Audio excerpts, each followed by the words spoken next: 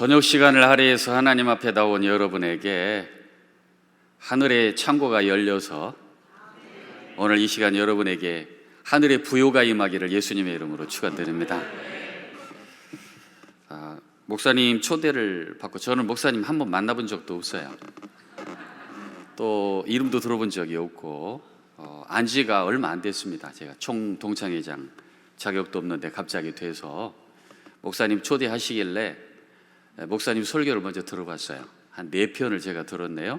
오기 전에 올라오면서도 지금 또 한 편 듣고, 에덴에 계신 하나님, 또 하나님의 생기, 또 하나님의 형상과 영성, 그리고 또 여러분 구정 설 때 하셨던 설교 왕이신 하나님 들으면서 야, 파남교회 성도들은 엄청 행복하겠다.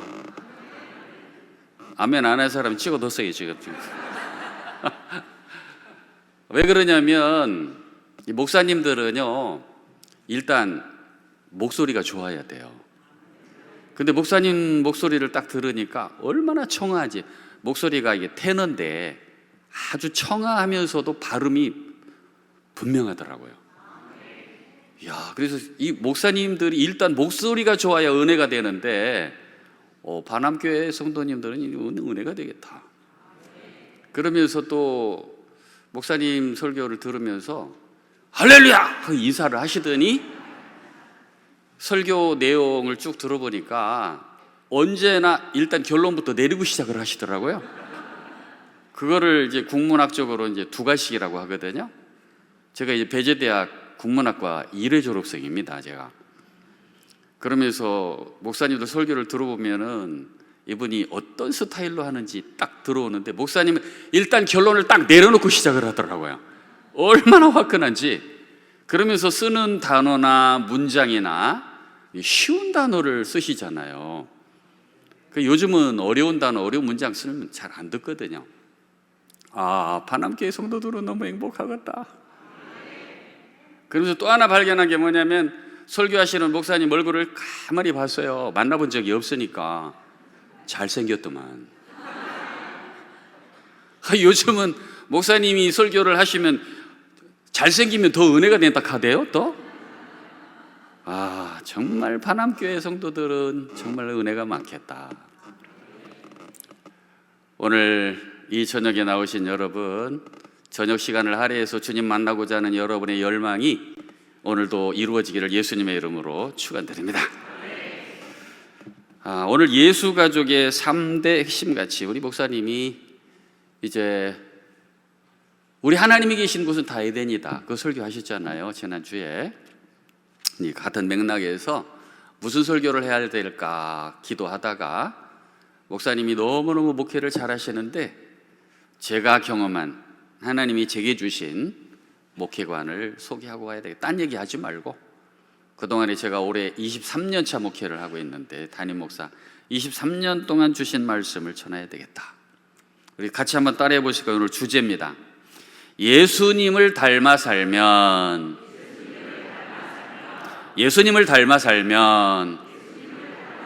세상이 변화됩니다. 누구를 닮아 살면은요? 예수님을 닮아 살면. 한동안의 한국교회 20세기에는요 엄청난 성장을 수직적으로 이렇게 수직적으로 성장이 일어났어요. 십자가 만세문 교회가 선닥을 했으니까. 그 하이라이트가 80년대까지잖아요. 90년대부터 이제 정체됐는데 그때까지 피터 와그네의 교회 성장학이 한국 교회 대세였어요. 각 교회마다 막 청동환하고 막 난리가 났었잖아요.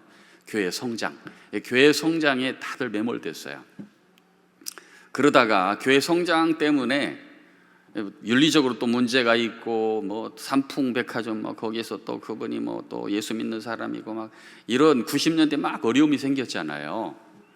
그러면서 20세기 말에서 21세기 초까지 교회가 건강해야 된다, 이제 이런 분위기가 형성이 돼서 이 독일 목사님인 크리스찬 슈바르츠, 이분이 자연적 교회 성장, 그래서 교회 건강을 상당히 많이 강조했어요. 그러다가 이제 2020년대 지금 들어오면서 코로나를 겪었잖아요 우리가. 코로나를 겪으면서 한국 교회 거의 다 교회들이 뭐 파남교회는 안 그렇겠지만은 대개 10% 내지 한 20%씩 출석 성도가 떨어졌어요. 가난한 성도로 돌아가고 믿음을 떨어졌다든지. 그러면서 교회 지금 위기감을 겪고 있는데, 그거보다 더 심각한 것은 목사님들 못 믿겠다. 목사님의 신뢰도. 그러니까 스님이나 신부나 그거보다도 목사님 꼴찌더라고요. 부끄럽지만은. 예수 믿는 사람들에 대한 신뢰도가 다 떨어졌어요. 교회가 변화되지 않으면 이제 어렵겠구나. 전도도 쉽지 않겠다. 그래서 지금 교회에 요구되는 게 뭐냐면 변화예요, 변화. 우리 안의 변화. 그래서 아주 중요한 순간에 저와 여러분과 온 한국교회가 와 있어요. 변화되지 않으면 앞으로 교회도 위험하다. 그래서 폴 던바라고 하는 분이 낸 이런 책이 있어요. 변화에 무너지는 교회, 교회 변화에 성공하는 교회. 그래서 저와 여러분이 이제 교회에서 하나님 나라 일꾼으로 와 있어요. 특별히 저녁에 오시는 분들은 우리 교회 핵심 멤버들이, 아니 근데 무슨 저녁에 이렇게 많이 왔어요? 각 교회들 헌신 예배에 가보면 3분의 1 정도 간신히 앉아 있는데 꽉 차 있네요. 반항교회를 통해서 하나님 역사하실 줄로 믿습니다. 그러니까 우리 예수님께서 왜 교회를 세우셨느냐? 교회는 1차적으로 영혼 구원이잖아요. 그리고 하나님 나라 확장이지 않습니까? 이제 새로운 것이 하나 생겼는데, 그것은 바로 우리가 변화되면 세상도 변화될 줄로 믿습니다. 그게 바로 로마서 12장 2절에 우리 한 목소리 한번 읽어볼까요? 로마서 12장 2절 시작. 너희는 이 세대를 본받지 말고 오직 마음을 새롭게 함으로 변화를 받아 하나님의 선하시고 기뻐하시고 온전하신 뜻이 무엇인지 분별하도록 하라. 아멘. 그러니까 이 변화가 교회 안에서 일어나지 않으면은요, 그냥 문화인이에요. 교회 문화인.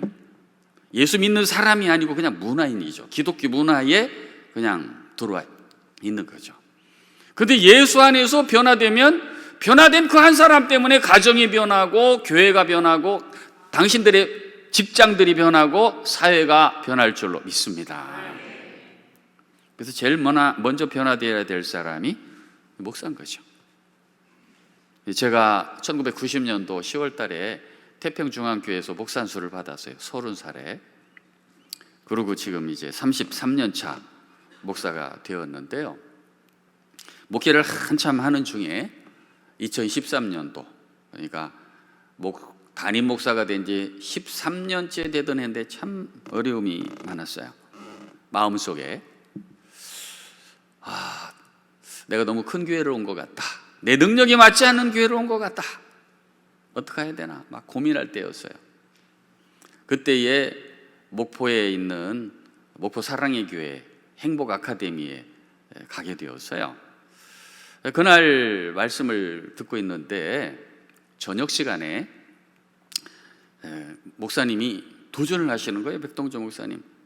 여러분, 목회하시는 여러분, 목회하시면서 나는 행복하다, 내 목회가 너무 행복하다 하시는 분 손 좀 들어보세요. 그랬더니 한 명도 없는 거예요. 한 명도 없어요, 정말로. 그래 백 목사님이 아니 예수님의 부르심을 받고 사명을 받고 예수 안에서 하나님 맡긴 약대들을 목회하는 여러분이 행복한 사람이 왜 하나도 없죠? 너무 이상하네요. 당연히 부르심을 받고 사명을 받고 영광의 현장에 와 있는데, 영광의 직분을 가졌는데 행복해야지 왜 안 행복해요? 이렇게 도전을 하시더라고요. 신선한 도전을 받았어요. 당신 너무 행복하다는 거죠. 그러면서 한참 강의를 듣고 있는데 저녁 시간에 갑자기 음성이 들려오는 거예요.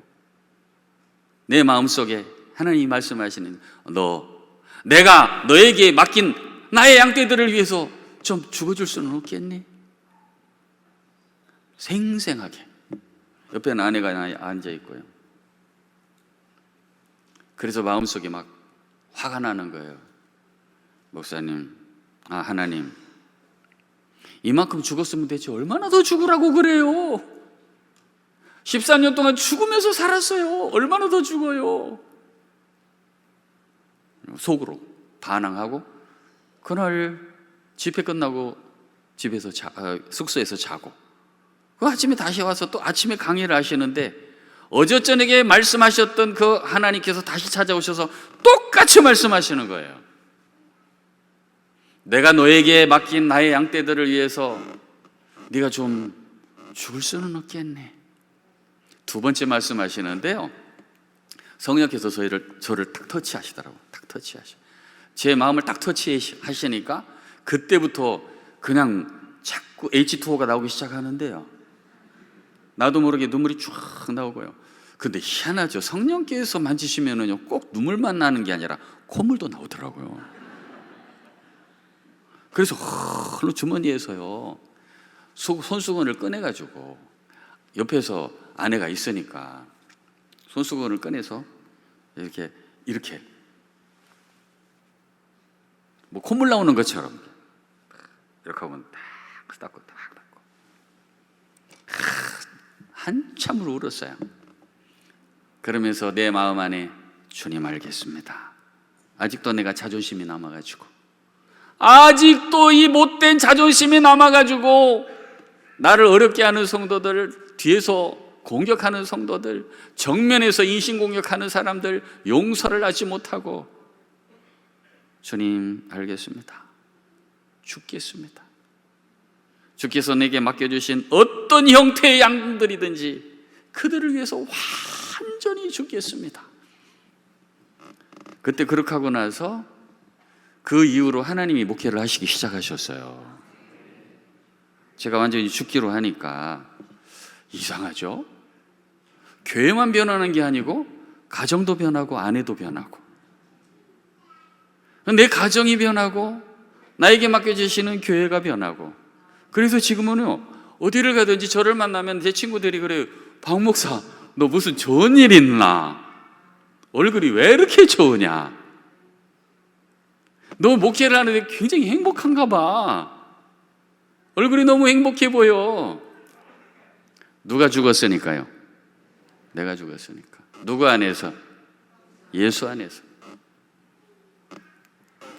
그래서 목회란 무엇인가? 목회는요, 마태, 마가, 누가, 요한을 쭉 연구해 보니까요, 예수님께서 이 4대 사복음서를 통해서 예수님이 목회가 무엇인지, 예수님이 세우고자 하셨던 교회가 무엇인지 해답이 딱 나와 있어요. 그 해답이 뭘까요? 예수님을 닮으면 가정과 교회와 사회가 변화될 줄로 믿으시기를 바랍니다. 하나님이 우리를 부르신 목적이 두 가지가 있어요. 하나는 내적 사역인데요, 그것은 바로 예수님 닮는 거예요. 성품적으로 닮아가는 거죠. 그걸 우리 영적 성숙이라고 불러요.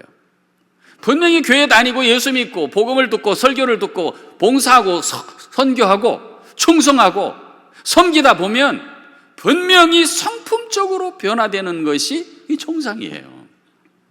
누구를 닮기 때문에? 예수님 닮기 때문에. 그걸 우리 영적 성숙이라고 불러요. 또 하나는 외적 사역인데요, 이 내적으로 은혜가 충만하고 기쁨이 충만하고 예수님에 대한 사랑이 확신이 있고 하나님께 대한 충성된 마음이 있으면은요, 가만히 견디지를 못해요. 연애하다가 자기 짝꿍을 너무너무 사랑하면은요, 집에 가서도 자랑하고 친구들한테도 자랑하고 그러는 것처럼 예수님으로 충만한 인생은요, 예수님을 전하게 돼 있어요. 예수님을 자랑하게 돼 있고요. 그걸 우리 영적 성장이라고 불러요. 믿음의 분량이 커가는 거죠. 속사람은 성숙해가고 겉사람은 외적으로 자꾸 믿음이 커가서 성장해가고, 우리 파남교회가 그런 교회인 줄로 믿습니다. 그러면 우리 예수님께서 세우고자 하셨던 교회는 어떤 사람들로 채워져 있느냐? 한동안은 사도행전에 나타난 초대교회가 주님이 세우고자 하셨던 모델 교회다. 이렇게 한동안 신학자들이 많이 해석을 하고 설교를 해왔죠. 근데 제가 보니까 아니더라고요. 그리스도인이라고 하는 이름이 붙은 교회는 예루살렘 교회가 아니고 안디옥 교회였어요.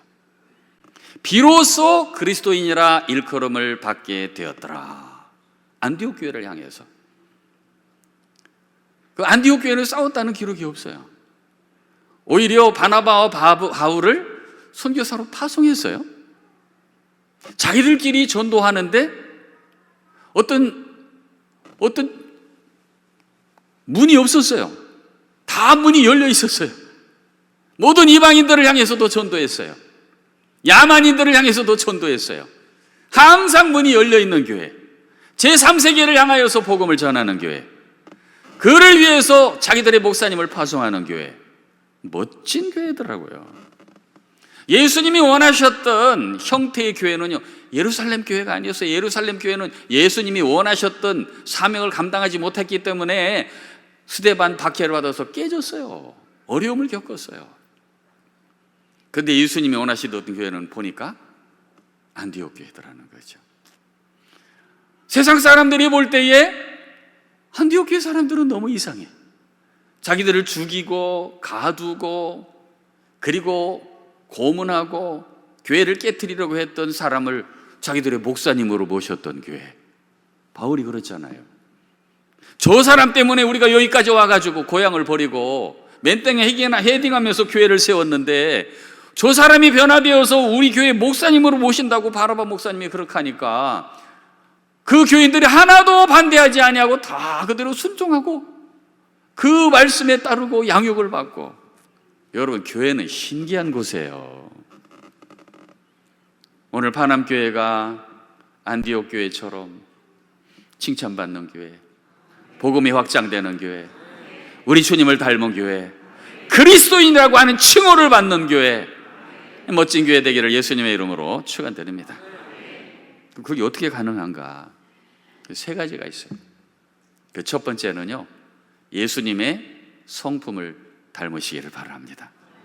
누구의 성품이라고 그랬어요? 예수님의 성품. 이 예수님의 성품을 담는 것에서 사역이 출발해야 돼요. 일부터 하면 안 돼요. 일부터.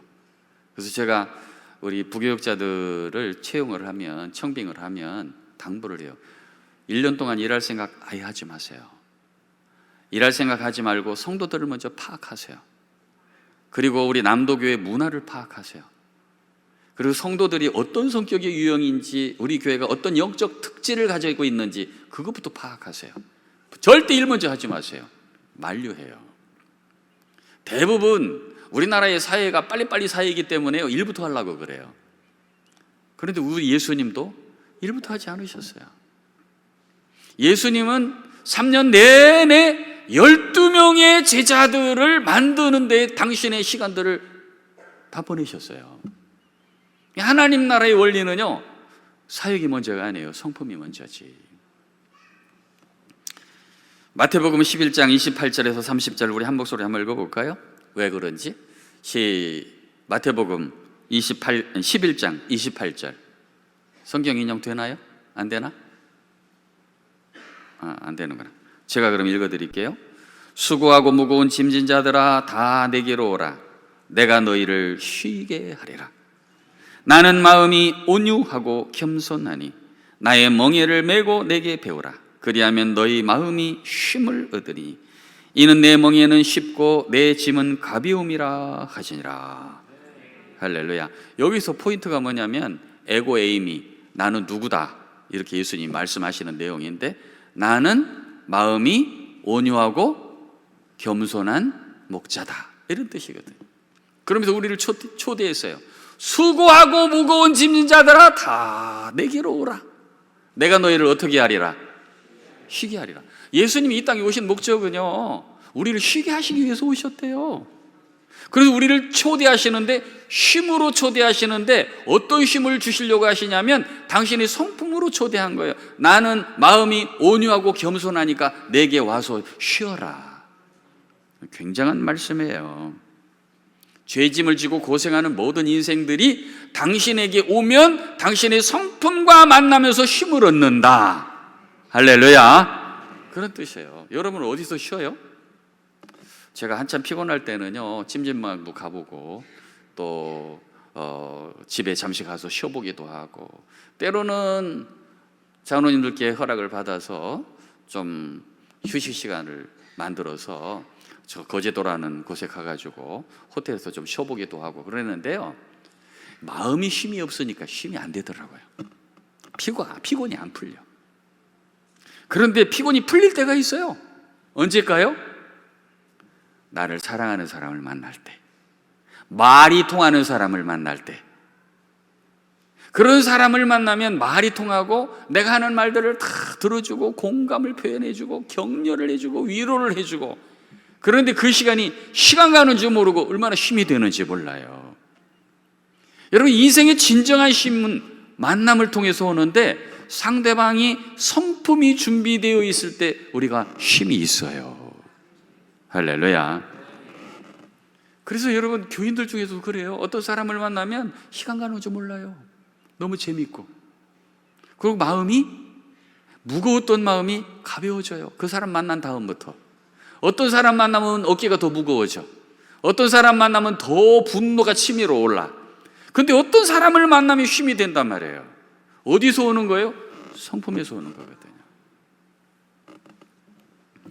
그런데 예수님이 말씀하신 성품이 온유와 겸손이었어요. 이 온유라는 단어는 전적으로 성령님에 의해서 훈련된 영혼 상태가 온유예요. 이 프라이스라고 하는 단어인데, 온유하다, 친절하다, 겸손하다, 동정심이 많다, 인정이 많다, 길들어졌다, 온화하다, 따뜻하다, 이런 뜻이거든요. 그 온유란 분노한 자를 여유를 가지고 부드럽고 따뜻하게 친절하게 진정시키는 능력. 이렇게 하니까 누가 생각나요? 홍 목사님이 생각나야 되지 않겠어요? 웃고만 계시네.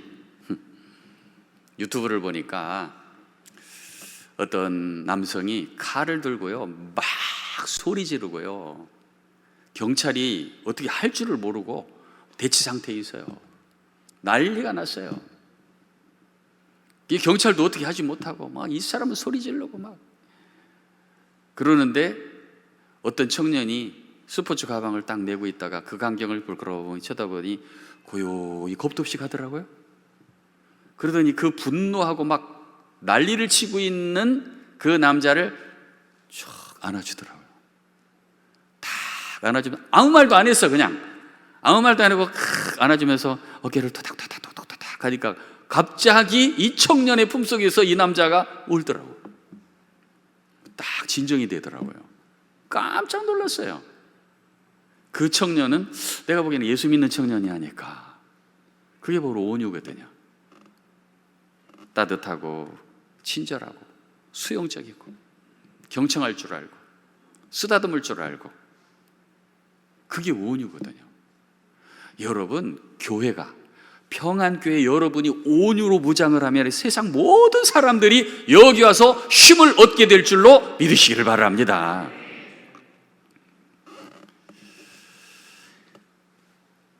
이 온유에 대표되는 사람이 모세잖아요. 민수기 12장 3절에 보니까 이 사람 모세는 온유함이 지면의 모든 사람보다 더하더라, 이렇게 돼 있죠. 모세가 어땠길래 온유한 사람이라고 자기가 스스로 자기가 썼어요. 아니, 이 민수기 자기가 쓴 거 아니에요. 그러나 성령의 감동으로 썼어요. 자기의 온유함이 지면의 모든 사람보다 더하더라. 이거는 자기를 칭찬하려고 스스로 쓴 것이 아니에요. 성령께서 하나님에 의해서 길들여진 인생이 어떤 형태의 모습을 띠고 있는지를 우리들에게 보여주는 메시지거든요. 모세는요, 40년 내내 얼마나 힘들었어요. 광야에서 빡하면 데모하고 빡하면 물러가라고 그러고 뻑가라면 와가지고 불평하고 원망하고 말도 안 듣고 불순종하고, 그러면서 다 광야에서 죽잖아요. 그 얼마나 화가 나겠어요. 얼마나 스트레스가 많이 쌓였겠어요. 근데 그럴 때마다 모세가 하는 일은 뭐냐면 하나님께 나가는 거예요. 하나님, 이런 때는 어떻게 하면 돼요? 난 어떻게 할 줄을 모르겠어요. 하나님 가르쳐 주세요. 제가 어떻게 하면 되죠? 완전히 하나님께 위탁됐어요. 그 마지막 꼭지점이 어디냐면 자기 형 아론, 자기 누나 미리암이 보세요. 왜 저런 짓을 하지? 흑인 여자하고 결혼하고 말이야. 그러면서 흉보고 다녔잖아요. 하나도 한 거를 하지 않았잖아요. 누구 앞에 나아가요? 하나님께 나아가요. 변명을 안 해요. 하소연을 안 해요. 누구한테 가서 자기 그 억울한 거 심정을 토로를 안 해요. 오직 누구에게 나아가요? 하나님께 나아가요. 하나님, 이때는 어떻게 하면 되겠습니까? 하나님 말씀하시는 대로 하겠습니다. 가르쳐 주세요. 모세는 하나님께 완전히 위탁돼서 하나님이 시키는 대로만 하는 모습으로 변화되어 있어요. 그 성깔 있는 남자가. 여러분, 하나님의 손에 길들여진 사람이 온유한 사람이에요. 이 겸손은 타페이노스라는 단어인데 하나님의 법에 자기를 일치시키는 순종의 사람을 겸손이라고 그러거든요. 그냥 자기를 낮추는 게 아니에요. 하나님이 원하시는 뜻, 하나님이 원하시는 법에 완벽하게 순종하기로 작정한 사람이 겸손한 사람이에요.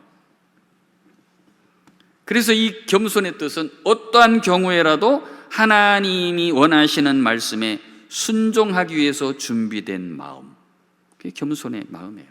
이 마음은 어디서 와요? 하나님을 완전히 신뢰할 때 와요. 하나님 어떻게 할 때 온다고요?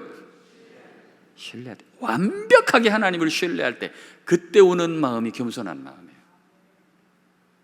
다른 사람이 뭐라고 하든지, 손가락질을 하든지, 욕을 하든지, 뭔 소리를 하든지 영향을 안 받아요. 영향을 안 받아. 왜? 하나님을 신뢰하니까. 심지어는 주먹질을 하고 침을 뱉어도 괜찮아. 그만큼 낮아져 있어요. 누구를 신뢰하니까? 하나님을 신뢰하니까. 그 겸손의 하이라이트의 정점에 서 있던 사람이 마리아예요. 옛날에는 16살이면 다 시집을 갔대요. 마리아가 가브리엘을 만났을 때도 20세 전이었을 거라고 다 추측이 되잖아요. 근데 마리아가 이렇게 얘기해요. 누가복음 2장 38절에 보니까 마리아가 이르되 주의 여정이 오니 말씀대로 내게 이루어지이다. 무엇대로 이루어지이다? 말씀대로. 이것이 겸손이란 말이죠. 하나님을 신뢰해서 하나님이 뭘 아이에게 요구하시든지 명령하시든지 말씀하시든지 순종하기로 준비된 상태, 그 사람이 겸손한 사람이에요. 이런 형태의 사람들은요, 무엇을 그 사람에게 맡겨도 일이 이루어져요. 안 싸워요, 사람하고. 자존심으로 일을 하는 게 아니라 하나님이 원하시는 방법대로 일을 하니까. 할렐루야. 그래서 여러분, 하나님의 일을 할 때 성격대로 일하지 말고 하나님이 누구신지를 먼저 아시기를 바랍니다. 호세아 6장 6절에 하나님께서 당신을 이렇게 계시하셨어요. 시작. 나는 인애를 원하고 제사를 원하지 아니하며 번제보다 하나님을 아는 것을 원하노라. 뭘 원한다고 그랬어요? 인애를 원하고 하나님 아는 것을 원하노라. 그래서 이 인애라는 단어가 헤세드거든요. 헤세드는 하나님이 우리를 불쌍히 여기시는 거예요. 그리고 우리를 친절하게 대해 주시는 거예요. 우리를 불쌍히 여기시고 친절하게 대해 주시고 우리가 아무리 잘못을 했어도 우리를 포기하지 아니하고 끝까지 사랑해 주시는 단어가 헤세드예요. 하나님은 헤세드를 원하신대요. 그리고 하시는 말씀이 제사나 번제보다 하나님을 아는 것을 원한다. 안다는 것이 지식적으로 아는 게 아니잖아요. 하나님의 성품을 알고 하나님이 원하시는 것이 무엇인지를 깨닫고 하나님이 원하시는 대로 반응하는 사람이 되기를 원한다. 제가 제일 처음에 부임을 했는데 당황스러울 때가 있어요. 성도가 화가 나면 저를 고발하겠다 그러더라고. 내가 그런 거 처음 들어가지고 내가 모태신앙이, 제가 대전 중앙교회 출신이거든요. 모태신앙인데 내가 평생 교회에서 살았는데 목사를 고발하겠다는 말은 내가 처음 들어본다. 마음이 너무 어렵더라고요. 얘기를 들어보니까 오해한 것 같아. 무조건 쳐들어갔어요. 집으로 쳐들어가서, 선생님 많이 화가 나셨다고 들었어요. 그래서 찾아왔습니다. 뭐 때문에 그러신지 말씀해 주세요. 제가 사과드릴게요. 마음 서운하게 해드린 거 죄송합니다. 그렇게 얘기를 했는데요, 이분이 하시는 말씀이 됐습니다 그러더라고요. 뭐가요? 아니에요, 됐어요. 목사님이 저를 찾아오신 거로 다 됐어요. 해결됐습니다.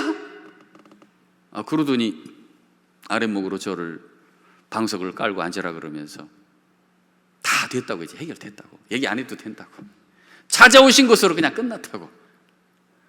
얼마나 마음이 시원한지. 근데 뭐 때문에 그랬는지 알고나 또 갔으면 좋겠습니다. 얘기를 하다 보니까 오해하셨더라고요. 오해하셨어요. 그러면서 제가 깨달은 것이 있어요. 리더가 온유하고 겸손하면 문제가 다 해결되는구나.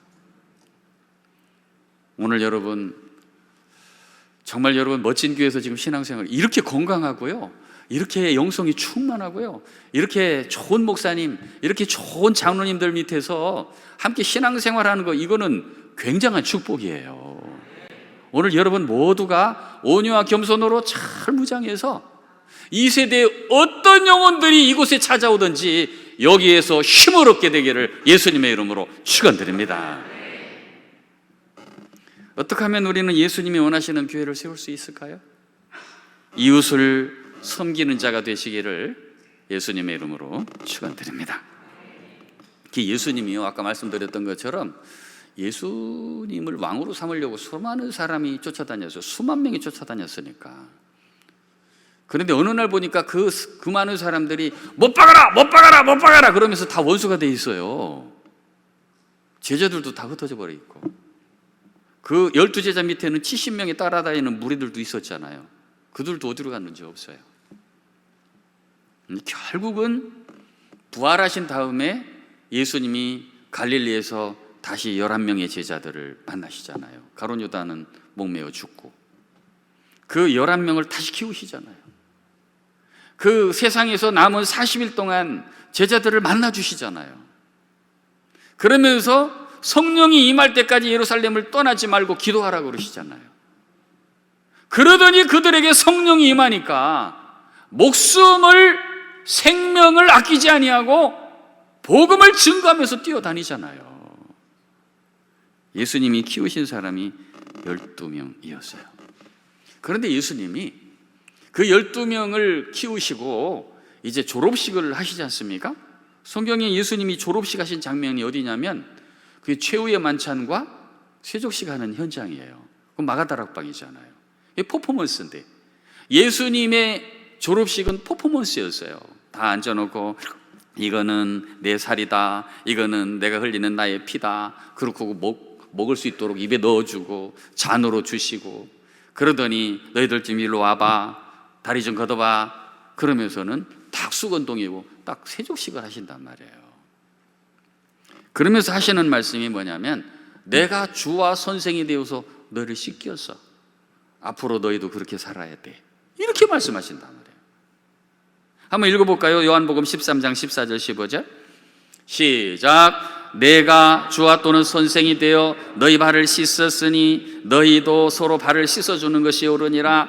내가 너희에게 행한 것 같이 너희도 행하게 하려 하여 본을 뭘 보였다고요? 본을 보였다. 주와 선생이 되었다.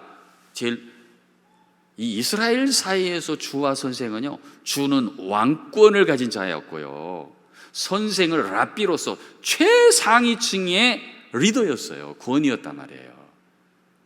그 최상위층의 권위가 발을 씻겼어요. 그것은 발을 씻기는 종은 그 집안에서 제일 말단 종, 말단 노예가 하는 일이었거든요. 내가 너희에게 이와 같이 씻어, 너희도 앞으로 그렇게 살아라, 이렇게 말씀하시는 거예요. 왜 주님이 졸업식장을 만찬과 세족식으로 장식하셨을까요? 여러분, 교회 나오는 것은 왜 나와요, 여러분은? 왜 교회 생활을 하시죠? 한동안에 강남의 모 교회, 나는 어느 교회 다녀, 어느 교회 다녀. 야, 성공했네. 사회적으로도 성공했고 영적으로도 성공했고. 마치 교회 다니는 것이 성공을 위한 지름길인 것처럼 그렇게 통속적으로 사람들에게 운이 될 때가 있었어요. 여러분, 신앙생활을 성공하기 위해서 하십니까? 아니잖아요. 우리 예수님이 성공하기 위해서 이 땅에 오셨나요? 아니에요. 성공이라는 단어하고 예수 믿는 거하고는 서로 일치가 될 수가 없어요. 예수님은 실패로 끝났어요. 세상적인 사고방식으로 보면 반역자로 세상을 끝냈어요. 반역자의 최고의 역들 십자가로 끝냈어요. 예수님이 성공하기 위해서 오신 것이 아니에요. 우리를 살리러 오셨어요. 우리의 생명을 구원하러 오셨어요. 우리를 회복시키러 오셨어요. 그 일을 위해서 섬기는 방법을 선택하셨어요. 교회가 회복해야 될 것이 이거예요. 우리 근대 초기에는요, 세계 모든 선교사들이 20대 때 한국을 찾아왔어요. 조선 땅을. 그들이 와서 제일 먼저 만난 사람들은요, 왕궁의 사람들이 아니었어요. 고아들을 만나고 과부들을 만나고 또 여러 가지 병으로 신음하는 자들을 만나고 문둥병자들을 만나고 못 배운 자들을 만나고, 교회가 그런 사람들로 채워졌어요. 그리고 교회는요, 남자들보다 여자들이 훨씬 많았어요. 남자들은 한 3분의 1, 여자들은 그 2배. 그게 교회의 모든 교회들이 거의 다 같은 모습이었어요. 이 땅에 온 선교사들이 자기 자녀들이 죽어나가는 모습을 보면서 이 땅을 섬겨줬어요. 자기 목숨을 빼앗기면서까지 이 땅을 떠나지 않고 섬겨줬어요. 뭘 세우기 위해서요? 주님의 교회를 세우기 위해서. 할렐루야. 하나님 나라 사역은 성공이 아니에요. 섬김이죠. 그 섬김은 끝이 없어요. 죽는 날까지 하는 것이 섬김이에요. 억지로 하는 것이 아니라 즐거움으로 하는 것인 줄 믿으시기를 바랍니다. 그래서 하나님 나라 사역은 나의 필요를 채우는 사역이 아니에요. 너의 필요를 채우는 사역이죠. 뭘 통해서? 섬김을 통해서. 나의 방식대로 너를 끌어가는 사역이 아니라 너의 방식대로, 아니 주님의 방식대로 너를 섬기는 것이 하나님 나라 사역이에요. 제 둘째 딸이 지금 29인데 카타르 항공에서 지금 승무원을 하고 있어요. 이 녀석한테 제가 도전을 많이 받았는데 얘가 이제 한동대를 다닐 때였어요. 한동대 다니면서 강의도 듣고 설교도 듣고 거의 미신계통 학교고 우리나라의 대표적인 기독교 학교니까 영향을 많이 받았나 봐요. 어느 날 갑자기 집에 오더니 안방에서 이제 제가 탁 양복을 벗고 이제 쉬어야 되는데 갑자기 물어보는 거예요. 아빠, 아빠는 우리 남도교회의 필요가 뭐라고 생각하세요? 남도교회의 필요? 글쎄, 우리 교회의 필요가 뭘까? 뭐 여러 가지가 있겠지만은 바로 대답이 안 나왔어요. 그랬더니 두 번째 질문이 너무 무서운 거야. 아빠는 우리 남도교회 교인들의 필요가 뭔지도 모르고 설교하세요? 꽝! 하고 내리치는데 얼마나 아픈지. 아빠는 그럼 교인이 필요가 뭔지도 모르고 어떻게 설교 준비를 하세요? 완전히 비수로 그냥 심장을 확 찌르는 것 같은 아픔이 있었어요. 그때 딸을 통해서 하나님 말씀하시는구나. 네가 열심히는 하는데 내가 너에게 맡긴 양떼의 필요가 뭔지도 모르고 네가 지금 설교하고 있구나. 이렇게 말씀하시는구나. 엄청나게 충격을 받았어요. 그래서 제가 그때부터 신방을 강화했어요. 직장도 타다다니고 장로님들도 1대1로 만나고 안수 집사님도 만나고 과부 집사님, 권사님들도 가서 신방을 해드리고 자꾸 만나다 보니까 삶이 얼마나 치열한지, 이 세상의 삶이 얼마나 각박한지, 얼마나 그 온 마음과 정성을 다 쏟으면서 자기의 삶의 생존 현장에서 살아남으려고 애를 쓰는지 그게 눈에 보이더라고요. 그러면서 설교를 시작을 했어요. 그러면서 제 설교가 바뀌었어요. 섬김은 나의 필요를 채우는 것이 아니라 상대방의 필요를 발견하는 거구나. 얼마나 도전이 되는지 몰라요. 그 말씀이 빌립보서 2장 5절에서 8절이에요. 예수님의 방식. 같이 한번 읽어볼까요? 시작. 너희 안에 이 마음을 품으라. 곧 그리스도 예수의 마음이니 그는 근본 하나님의 본체시나 하나님과 동등됨을 취할 것으로 여기지 아니하시고 오히려 자기를 비워 종의 형체를 가지사 사람들과 같이 되셨고 사람의 모양으로 나타나사 자기를 낮추시고 죽기까지 복종하셨으니 곧 십자가에 죽으심. 너희 안에 이 마음을 품으라. 그리스도 예수의 마음이다. 그리스도 예수의 마음이 뭐예요? 종의 마음이란 말이에요. 종의 형체, 종의 마음. 하늘 보좌를 버리시고 이 땅에 오셨는데 영이신 하나님이, 영이신 예수님이 창조물인, 피조물인 인간의 육신의 모습을 가지고 이 땅에 오셨어요. 그걸 인카네이션이라고 불러요. 인카네이션. 성육신, 사람의 몸을 입었단 말이에요. 그래서 우리 눈높이 교육을 하면 애들의 눈높이로 내려가야 되잖아요. 이렇게 애들하고 대화할 때도 위에서 얘기하면 애들이 위압감을 느껴서 대답도 잘 못해요. 근데 애들의 눈높이로 내가 내려가서 얘야 반갑다 이렇게 하면 애들이 마음을 열어요. 우리 주님께서 이 땅에 인간의 눈높이로 오셨어요. 그래서 왕궁으로 가시지 아니하고 저 베들레헴 땅으로 제일 가난한 사람들이 사는 나사렛 땅으로 가셨어요. 그리고 그런 사람들을 만나 주셨죠. 여러분, 교회가 낮아져야 될 줄로 믿습니다. 낮아져야 보여요. 낮아지지 않으면 안 보여요.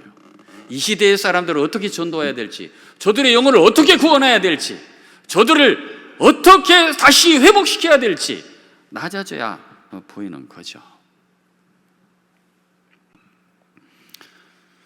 우리 교회에 서호종 집사님이라는 분이 계셨는데요.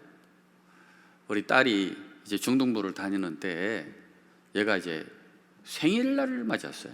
생일날을 맞았는데 어느 날 초인종이 띵동 울리길래 누구세요? 하고 났더니 없어요.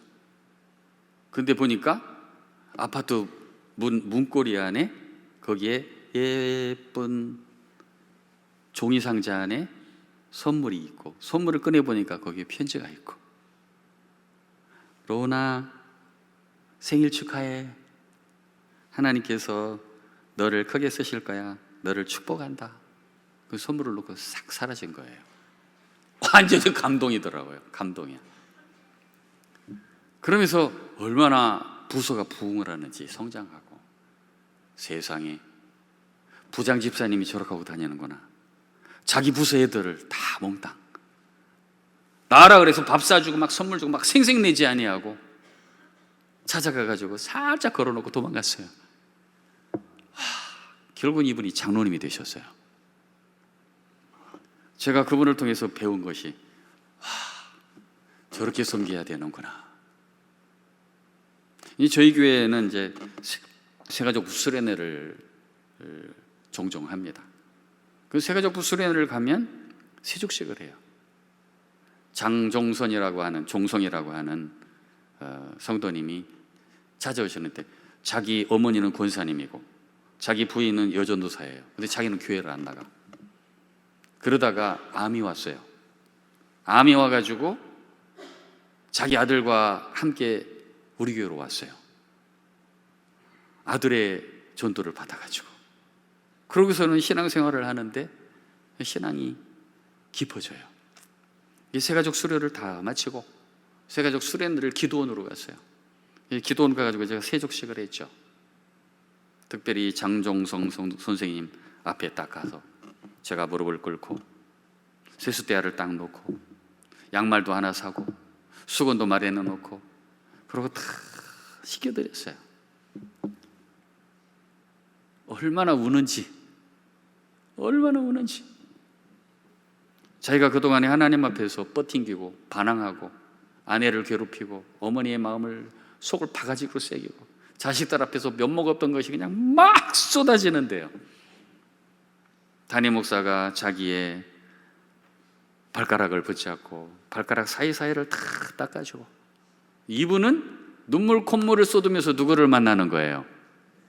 그렇죠. 확실히 수준이 있어요. 대답이 딱 나오네요. 누구를 만난다고요? 예수님 만나고.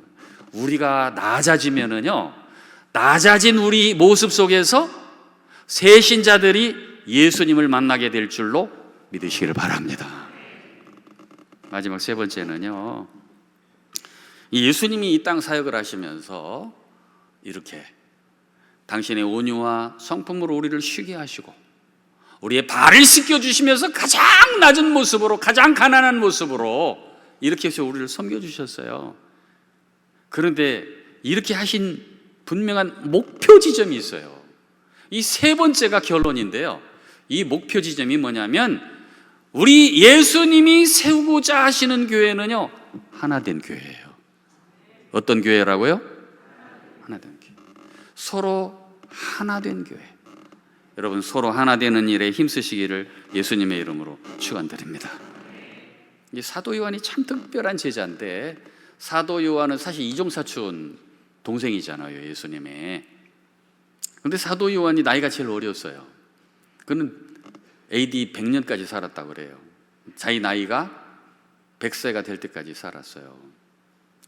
AD 100년경에 요한복음이 기록되어 있는데, 예수님이 하늘로 승천하신 이후에 70년이 된 지점에서 요한복음이 쓰여졌는데, 예수님이 자기들을 위해서 기도하셨던 내용을 머릿속에 담아놨다가 기록한 내용이 요한복음에 나와 있어요. 그걸 대제사장적 기도라고 그러거든요. 제자들을 위해서 축복 기도한 내용이에요. 유언 기도죠. 하나님 아버지께 제자들을 위해서 기도한 내용이 구구절절히 쓰여 있는데 그게 요한복음 17장에 나와 있어요. 근데 내용의 주제가 뭐냐면 하나님 하나 되게 해주세요. 우리 한번 감동을 한번 읽어볼까요? 요한복음 17장 21절에서 23절 제가 한번 읽고 여러분이 읽고 23절은 같이 읽을게요. 아버지여, 아버지께서 내 안에 내가 아버지 안에 있는 것 같이 그들도 다 하나가 되어 우리 안에 있게 하사 세상으로 아버지께서 나를 보내신 것을 믿게 하옵소서. 시작.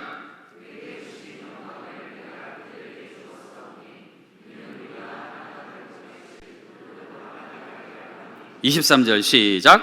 곧 내가 그들 안에 있고 아버지께서 내 안에 계시어 그들로 온전함을 이루어 하나가 되게 하려 함은 아버지께서 나를 보내신 것과 또 나를 사랑하심 같이 그들도 사랑하신 것을 세상으로 알게 하려 함이로소이다. 아멘. 여기서 아주 중요한 주제가 두 개가 나오는데, 하나는 하나가 되게 해달라는 내용이 3번 반복되어 있어요. 3번. 히브리 사회에서 2번 방법은 강조예요. 3번 강조는요, 완벽한 강조예요. 아버지와 내가 하나 된 것 같이 이들도 우리 안에서 하나가 되게 해주세요. 하나가 되게 해주세요. 하나가 되게 해주세요. 예수님이 세우고자 하셨던 교회의 모습이에요. 교회가 아무리 커도요, 수십만 명이 모여도요, 그래서 싸움박질을 하고 있다면 그건 주님이 원하신 교회가 아닌 거예요. 교회가 10명, 20명, 30명, 100명이 모였어도 똘똘 뭉쳐서 하나가 돼 있다면요, 예수님이 말씀하신 것처럼 2-3 사람이 모인 곳에 내 이름으로 기도하면 내가 그들과 함께 하겠다. 거기가 주님의 교회예요. 숫자 싸움이 아니에요. 하나 싸움이죠. 우리는 세상이 왜 교회를 깔봐요? 자기들끼리 치고받고 싸우니까. 근데 교회가 똘똘 뭉쳐 있잖아요. 교회를 향해서 세상 사람들이 너무 부러워하는 거예요. 여기 2번째 주제가 뭐냐면 이렇게 되어 있어요. 그들도 다 하나가 되어 우리 안에 있게 하사 세상으로 아버지께서 나를 보내신 것을 믿게 하옵소서. 교회가 하나가 돼 있으면요, 세상 사람이 볼 때, 야, 저 교회는 하나님이 함께 하시는 교회구나. 할렐루야. 참, 교회도 참 멋있게 졌어요. 반암교회가 존재하는 동안 영원히 하나된 교회 되시기를 주님의 이름으로 축원드립니다. 그러면서 또 뒤에 23절에 보니까 또 나를 사랑하심 같이 그들도 사랑하신 것을 세상으로 알게 하려 함이로소이다. 이렇게 돼 있어요. 예수 믿는 사람들은 하나님께 사랑을 받는구나. 그거를 알게 하시려고 우리가 하나된 교회를 세우도록 원하신다는 거죠. 그래서 하나님 나라 사역의 궁극적인 목적은요, 하나됨이에요. 하나됨. 근데 이 하나됨을 어디서 훈련해요? 이 하나됨은 하나님과 동행하는 데에서 훈련하는 거예요. 어떻게? 하나님이 기뻐하시는 일만 하는 거예요. 누가 기뻐하시는 일? 하나님이 기뻐하시는 일을 하는 것을 훈련하는 거예요. 내 하루의 24시간을 통해서, 내 한 주간을 통해서, 내 한 달, 내 1년을 통해서 하나님과 동행하는 법을 배우고 하나님이 기뻐하시는 일을 행하면은요, 하나님과 내가 동행하며 하나됨을 통해서 내가 속한 몸된 교회 안에서 하나 되게 하는 사람이 되는 거죠. 그게 어디냐면 요한복음 8장 29절에 있어요. 우리 합독해 보실까요? 시작. 나를 보내신 이가 나와 함께 하시도다. 나는 항상 그가 기뻐하시는 일을 행함으로 나를 혼자 두지 아니하셨느니라. 아멘. 예수님이 꿈꾸시는 교회는요, 하나된 행복 공동체예요. 어떤 공동체라고요? 하나된 행복 공동체. 아내와 남편이 하나 되잖아요. 자식들은 저절로 행복해요. 아내와 남편이 하나가 되잖아요. 양가 부모님들은 저절로 행복해요. 하나 되는 것이 그렇게 중요해요. 아버지와 아들과 성령은 언제나 하나 돼 있어요. 아버지와 아들과 성령님이 내 안에 계시면은요, 나는 어디를 가든지 하나 되게 하는 사람이 되는 거죠. 우리 사랑하는 반암교회는 이 대한민국 안에 가장 아름다운 하나된 교회 되시기를 예수님의 이름으로 축원드립니다. 하나 간증하고 마치려고 그래요. 제가 우리 장로님께 부탁을 했어요. 왜냐하면 교회들을 보니까 당회가 그렇게 싸워요. 장로님들끼리 싸우고 목사님하고 장로님이 싸우고 서로 너는 언제 안수됐느냐, 너 장로 된 지 몇 년 됐느냐 막 하고, 당신 나이가 얼마나 됐는데, 이게 이제 교회 안에서도 당에서 이렇게 하면 진짜 힘들거든요. 그래서 제가 우리 장로님들께 부탁을 드렸어요. 장로님들, 우리 남도교회에서 가장 중요한 모임은 저는 당회라고 봅니다. 우리가 장로 정치를 하는 교단이니까, 장로교회잖아요. 대의 정치니까. 성도들이 투표를 통해서 뽑아 나온 분들이 여러분들인데, 투표는 성도들이 했지만은 하나님께서 세우신 줄로 믿습니다. 그러니 우리 모임이 신령한 모임이 됐으면 좋겠어요. 신령한 모임, 가장 행복한 모임. 모든 교회가 당회를 할 때면 목사님들이 가슴을 여미고 또 긴장하고 땀나고 밥 못 먹고 힘들어 하는데, 저는 우리 당회가 당회할 때마다 나는 행복했으면 좋겠어요. 장로님들도 행복하고 나도 행복하고. 그래서 앞으로 당회할 때 절대 인신공격 맙시다. 그냥 의견만 얘기합시다. 절대 인신공격하지 맙시다. 그리고 의견을 얘기할 때도 선임 장로님 1, 2, 3번은 이야기하죠. 제가 부임하니까 장로님이 12분이시더라고요. 지금 8분인데 앞에서 먼저 얘기해버리면 후배는 자기 의견이 있어도 얘기 못해요. 그러니까 선배님들은 제일 끝에 얘기하세요. 제일 막내 장로님부터 이야기하세요. 이렇게 했어요. 그리고 한 바퀴 다 돌고 선배님들 얘기하시고, 그런 다음에 우리가 당회를 하기 전에는 항상 기도를 합시다. 성령께서 인도해 달라고. 그래서 당회를 하다가 의견을 나누다 보면 의견이 다 모아지는데 성령께서 무엇을 원하시는지 우리가 깨달을 거 아닙니까? 그러면 반대 의견을 내놨던 장로님이 동의해 주세요. 제가 이 의견에 동의합니다. 또 반대하셨던 장로님이 제청해 주세요. 내가 이 의견에 제청합니다. 반대하셨던 분들이 동의하고 제청하니까 얼마나 좋겠어요. 지금까지 이 기조를 지키고 있어요. 그래서 저희 교회는 당회를 하면 웃어요. 때로는 유머도 섞고 그러면서 체면하게 당회를 해요. 어느 날은 우리 왼쪽에 계신 선임 장로님이 야, 너무 신났어. 오늘 신났어. 당회하다가 막 너무 재밌게 잘 의견이 모아지고 와, 대한민국에 우리 남도교회처럼 이렇게 행복한 당회가 또 있을까? 맞아요. 아마 우리 당회밖에 없을 거야. 이런 당회가 세상에 어디 있겠나. 맞아. 아이고야, 얼마나 감사하든지. 제일 위에서 그러니까요, 밑에까지 흘러가는 거예요.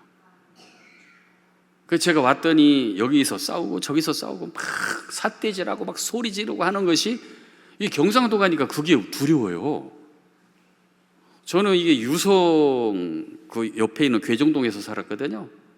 태평동에서 살고 괴정동에서 살고 그랬는데 그 유성에 또 온천도 많잖아요. 그럼 그 많은 사람이 있어도 물소리밖에 안 들려. 철퍽 물 뿌리는 소리밖에 안 들린다고요. 근데 부산 가니까요, 왜 사람들이 이렇게 많이 싸우는지. 그래서 집을 얻어가지고 전세를 얻어서 갔는데 막 도로 옆에다가 집을 얻었더니 막 아침에도 싸우고 저녁에도 싸우고 막 너무 싸우는 거라. 한 하루는 저녁에 막 너무 싸우니까 막 화가 나가지고 문을 확 열었어요. 창문을 제치고. 싸우는 게 아니고 이야기하고 가더라고. 어디 식당을 가도 목욕탕을 가도 막 너무 시끄러워요. 근데 적응이 안 되더라고요, 제일 처음에는. 근데 시간이 지나 보니까 그게 싸우는 게 아니더라고요.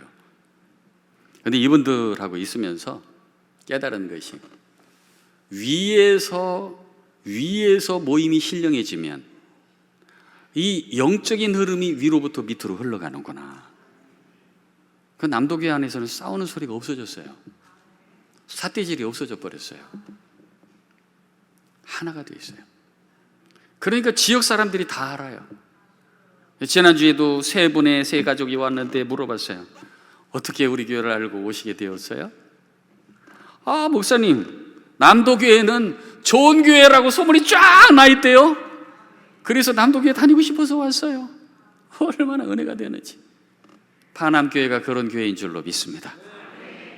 말씀을 맺겠습니다. 예수님이요, 3년 동안 하신 일은요, 교회를 세우기 위해서예요. 교회를 세우기 위해서 3년의 공생애를 사셨어요. 제가 사복음서를 연구하면서 내린 결론이 예수님이 세우시려고 하신 교회는 이 세 가지다. 그래서 남도교회의 핵심 가치가 이 세 가지예요. 온유와 성품, 온유와 겸손, 그리고 이웃을 섬김, 그리고 세 번째 서로 하나됨. 이거 핵심 가치예요. 예수님이 세우고자 하셨던 교회 모습이에요. 오늘 시간이 많이 갔습니다. 오늘 이제 부흥회 맞죠 오늘? 저는 부흥회로 알고 왔기 때문에 마음껏 다 했어요. 우리 반암교회는 예수님의 온유와 겸손을 닮아가는 교회가 되시기를 바랍니다. 우리 대전 지역의 센터 여기 와가지고 제가 이제 대전 SC 제 15차 회장을 지냈거든요, 고등학교 때. 그리고 배재대학의 기독학생 회장을 지냈기 때문에 제 친구들이 많아요. 그래서 야, 파남교회라는 곳에서 설교해달라고 목사님이 요청을 하셨는데 파남교회가 어떤 교회야? 홍성현 목사님 어떤 분이야? 물어봤어요. 뜨는 교회야. 뜨는 목사님이야. 그렇게 얘기하더라고요. 한 방에 끝내버리더라고요. 대전 지역에 지금 막 일어나고 있는 뜨는 목사님, 뜨는 교회야. 그래서 긴장이 되더라고요. 수많은 강사들이 왔다 갔을 낀데 아무리 떠도 낮아져서 섬기는 교회 되시기를 바랍니다. 무엇보다도 여러분, 교회 생명력은요 하나됨이 있어요. 사이즈에 있지 않아요. 재산에 있지 않아요. 재정에 있지 않아요. 숫자에 있지 않아요. 성령 안에서 하나 되게 하신 것을 지킬 때 하나님께서 우리를 끝까지 들어 쓰실 겁니다. 파남교회가 그런 교회 되기를 예수님의 이름으로 축원드립니다. 다시 한번 선포해 볼까요? 예수님을 닮아 살면, 예수님을 닮아 살면 세상이 변화됩니다. 감사합니다. 목사님 기도하고 내려가래요. 기도하겠습니다.